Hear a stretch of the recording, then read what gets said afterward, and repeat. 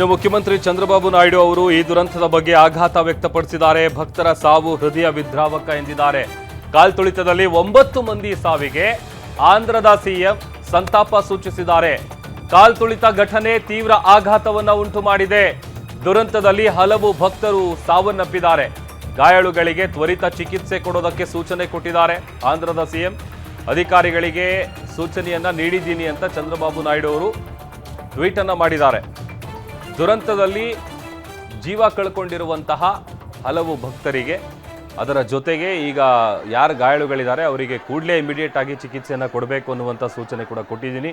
ನಿಜಕ್ಕೂ ಇದೊಂದು ಹೃದಯ ವಿದ್ರಾವಕ ಘಟನೆ ಅಂತ ಟ್ವೀಟ್ ಮಾಡಿ ಮೃತರಿಗೆ ಸಂತಾಪವನ್ನು ಸೂಚಿಸಿದ್ದಾರೆ ಆಂಧ್ರದ ಮುಖ್ಯಮಂತ್ರಿ ಚಂದ್ರಬಾಬು ನಾಯ್ಡು ಅವರು ಮಾಡಿರುವಂಥ ಟ್ವೀಟ್ ಕೂಡ ನಾವು ನಿಮಗೆ ತೋರಿಸ್ತಾ ಇದ್ದೀವಿ.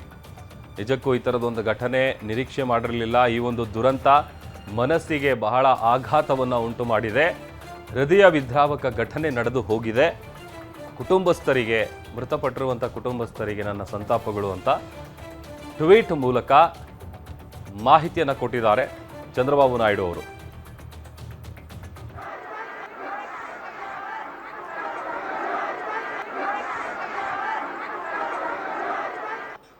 ಈ ಬಗ್ಗೆ ಮತ್ತಷ್ಟು ಡೀಟೇಲ್ಸ್ ಅನ್ನು ಕೊಡ್ತಾರೆ ನಮ್ಮ ಮೆಟ್ರೋ ಬ್ಯೂರೋ ಹೆಡ್ ಉಲ್ಲಾಸ್, ದೂರವಾಣಿ ಸಂಪರ್ಕದಲ್ಲಿ ಜಾಯ್ನ್ ಆಗಿದ್ದಾರೆ. ಉಲ್ಲಾಸ್, ಕಾಶಿಬುಗ್ಗದ ವೆಂಕಟೇಶ್ವರ ದೇವಸ್ಥಾನದಲ್ಲಿ ಕಾಲ್ತುಳಿತ ಸಂಭವಿಸಿ 9 ಜನ ಮೃತಪಟ್ಟಿದ್ದಾರೆ ಅಂತ ಗೊತ್ತಾಗ್ತಾ ಇದೆ. ಗಾಯಾಳುಗಳ ಪರಿಸ್ಥಿತಿ ಹೇಗಿದೆ? ಸಾವಿನ ಸಂಖ್ಯೆ ಮತ್ತಷ್ಟು ಏರಿಕೆ ಆಗುತ್ತಾ? ಹೇಗೆ, ಏನೆಲ್ಲ ಡೀಟೇಲ್ಸ್ ಗೊತ್ತಾಗ್ತಾ ಇದೆ? ಎಷ್ಟೊತ್ತಿಗೆ ನಡೀತಿ ಘಟನೆ?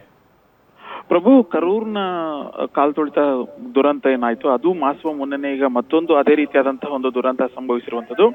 ಆಂಧ್ರದ ಶ್ರೀಕಾಕುಳಂ ವೆಂಕಟೇಶ್ವರ ದೇವಸ್ಥಾನದಲ್ಲಿ ಈ ಒಂದು ದುರ್ಘಟನೆ ಸಂಭವಿಸಿದೆ. ಸದ್ಯಕ್ಕೆ ಸಿಗ್ತಾ ಇರುವಂತಹ ಮಾಹಿತಿ ಪ್ರಕಾರ ಮಹಿಳೆಯರು, ಮಕ್ಕಳು ಸೇರಿದಂತೆ 9 ಜನರು ಸಾವನ್ನಪ್ಪಿದ್ದಾರೆ ಅನ್ನುವಂಥದ್ದು.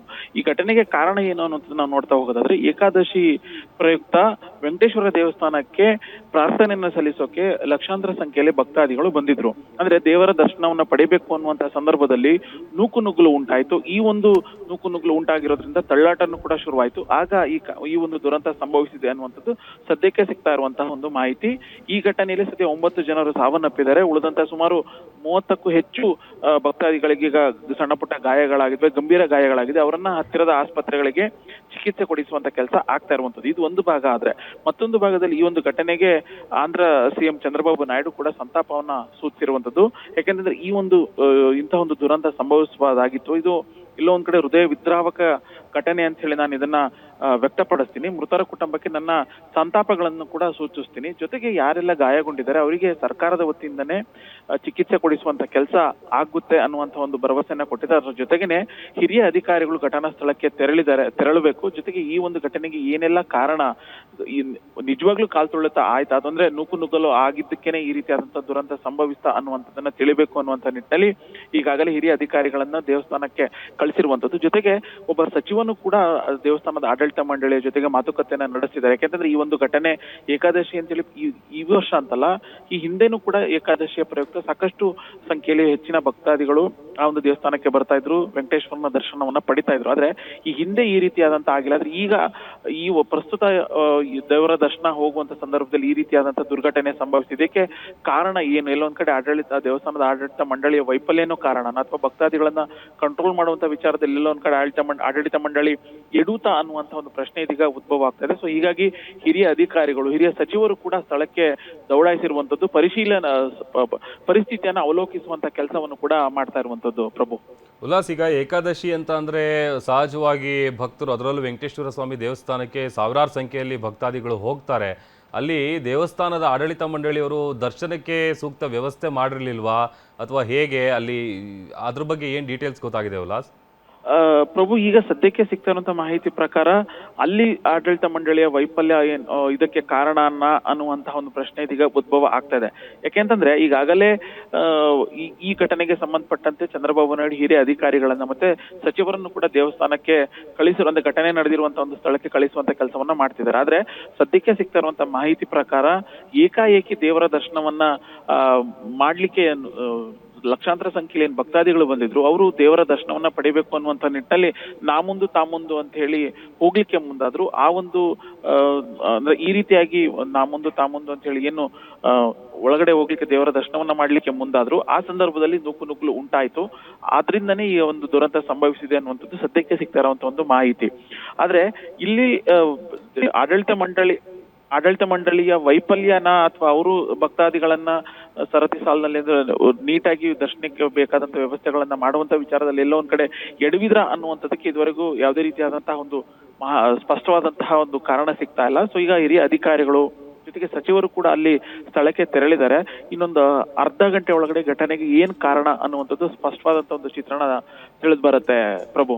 ಉಲ್ಲಾಸ್, ಈಗ ಅನ್ಫಾರ್ಚುನೇಟ್ಲಿ 9 ಜನ ಜೀವ ಕಳ್ಕೊಂಡಿದ್ದಾರೆ, ಮಹಿಳೆಯರಿದ್ದಾರೆ, ಮಕ್ಕಳಿದ್ದಾರೆ. ಆಮೇಲೆ ಈಗ ಗಾಯಾಳುಗಳು ಅಟ್ಲೀಸ್ಟ್ ಅವರು ಔಟ್ ಆಫ್ ಡೇಂಜರಾ ಹೇಗೆ? ಪ್ರಭು, ಈ ಒಂದು ನೂಕುನುಗ್ಗಲು ಆದಂತ ಸಂದರ್ಭದಲ್ಲಿ ಒಂದಷ್ಟು ಜನರಿಗೆ ಅಸ್ವಸ್ಥರಾಗಿದ್ದಾರೆ. ಅಸ್ವಸ್ಥ ಏನು ಅಂತಂದ್ರೆ ಅವರಿಗೆ ಉಸಿರಾಡ್ಲಿಕ್ಕೆ ಗಾಳಿ ಸಿಗ್ತಿತಿ ಇರೋದ್ರಿಂದ ಅವರು ಅಸ್ವಸ್ಥರಾಗಿದ್ದಾರೆ. ಅದನ್ನ ಹೊರತುಪಡಿಸಿದ್ರೆ ಕಾಲ್ತುಳಿತದಿಂದಾಗಿ ಒಂದಷ್ಟು ಜನರಿಗೆ ಸಣ್ಣ ಪುಟ್ಟಗಳಾದಂತಹ ಗಾಯಗಳಾಗಿದ್ದಾವೆ. ಈಗ ಸದ್ಯಕ್ಕೆ ಸಿಗ್ತಾ ಇರುವಂತಹ ಮಾಹಿತಿ ಪ್ರಕಾರ 10 ರಿಂದ 15 ಜನರ ಭಕ್ತಾದಿಗಳೇನಿದ್ರೆ ಅವರಿಗೆ ಗಂಭೀರವಾದಂತಹ ಒಂದು ಗಾಯಗಳಾಗಿದೆ. ಹಾಗಾಗಿ ಹತ್ತಿರದಲ್ಲಿರುವಂತಹ ಆಸ್ಪತ್ರೆಗಳಿಗೆ ಸೇರಿಸಿ ಚಿಕಿತ್ಸೆ ಕೊಡಿಸುವಂತ ಕೆಲಸವನ್ನ ಮಾಡ್ಲಾಗ್ತದೆ. ಜೊತೆಗೆ ಚಂದ್ರಬಾಬು ನಾಯ್ಡು ಕೂಡ ಅಲ್ಲಿನ ಸಂಬಂಧಪಟ್ಟಂತಹ ಜಿಲ್ಲಾಡಳಿತಕ್ಕೆ ಒಂದು ಸೂಚನೆಯನ್ನು ಕೊಟ್ಟಿದ್ದಾರೆ. ಯಾರು ಈ ಒಂದು ಘಟನೆಯಿಂದಾಗಿ ಅಸ್ವಸ್ಥರಾಗಿದ್ದಾರೆ ಅಥವಾ ಗಾಯಗೊಂಡಿದ್ದಾರೆ ಅವರಿಗೆ ತಕ್ಷಣಕ್ಕೆ ಬೇಕಾದಂತಹ ಟ್ರೀಟ್ಮೆಂಟ್ ಅನ್ನ ಅಥವಾ ಚಿಕಿತ್ಸೆಯನ್ನ ಕೊಡಿಸುವಂತ ಕೆಲಸ ಮಾಡಬೇಕು ಅನ್ನುವಂತ ಒಂದು ಸೂಚನೆಯನ್ನ ಕೊಟ್ಟಿದ್ದಾರೆ. ಸೊ ಸಿಎಂ ಚಂದ್ರಬಾಬು ನಾಯ್ಡು ಅವರ ಸೂಚನೆಯ ಮೇರೆಗೆ ಈಗಾಗಲೇ ಹತ್ತಿರದಲ್ಲಿರುವಂತಹ ಆಸ್ಪತ್ರೆಗಳಿಗೆ ಬೇಕಾದಂತಹ ಅಂದ್ರೆ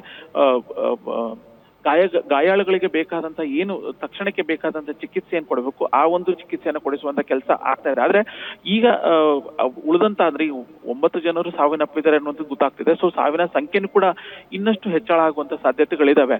ಸೊ ಈಗ ಸಿಗ್ತಾ ಇರುವಂತ ಮಾಹಿತಿ ಪ್ರಕಾರ ಈ ಒಂದು ಕಾಲ್ತುಳಿತದಲ್ಲಿ 9 ಜನ ಅಲ್ಲ 10 ಜನ ಸಾವನ್ನಪ್ಪಿದ್ದಾರೆ ಅನ್ನುವಂಥದ್ದು ಸದ್ಯಕ್ಕೆ ಸಿಗ್ತಾ ಇರುವಂತದ್ದು. ಸೊ ಸಾವಿನ ಸಂಖ್ಯೆನೂ ಕೂಡ ಇನ್ನಷ್ಟು ಹೆಚ್ಚಳ ಆಗ್ತದೆ. ಸಾವಿನ ಸಂಖ್ಯೆ ಹೆಚ್ಚಳ ಆಗ್ತಾ ಹೋದಂತೆನೂ ಕೂಡ ಗಾಯಗೊಂಡವರ ಸಂಖ್ಯೆನೂ ಕೂಡ ಹೆಚ್ಚಾಗ್ತಾ ಇದೆ. ಸೊ ಈಗ 1, 2, 3 ಆಸ್ಪತ್ರೆ ಅಲ್ಲ, ಹತ್ತಿರದಲ್ಲಿರುವಂತಹ ಸುಮಾರು 5 ರಿಂದ 6 ಆಸ್ಪತ್ರೆ, ಖಾಸಗಿ ಆಸ್ಪತ್ರೆ ಆಗಿರ್ಬೋದು, ಸರ್ಕಾರಿ ಆಸ್ಪತ್ರೆಗಳಲ್ಲೂ ಕೂಡ ಬೇಕಾದಂತ ಚಿಕಿತ್ಸೆಗಳನ್ನ ತಕ್ಷಣಕ್ಕೆ ಕೊಡಬೇಕು ಅನ್ನುವಂತಹ ನಿಟ್ಟಿನಲ್ಲಿ ಈಗ ಬೇಕಾದಂತ ವ್ಯವಸ್ಥೆಗಳನ್ನ ಆಸ್ಪತ್ರೆ ಆಡಳಿತ ಮಂಡಳಿ ಮಾಡ್ಕೊಳ್ತಾ ಇರುವಂತದ್ದು ಪ್ರಭು. ಓಕೆ, ಥ್ಯಾಂಕ್ ಯು ಉಲ್ಲಾಸ್, ನೀವೆಲ್ಲ ಡೀಟೇಲ್ಸ್ಗಾಗಿ.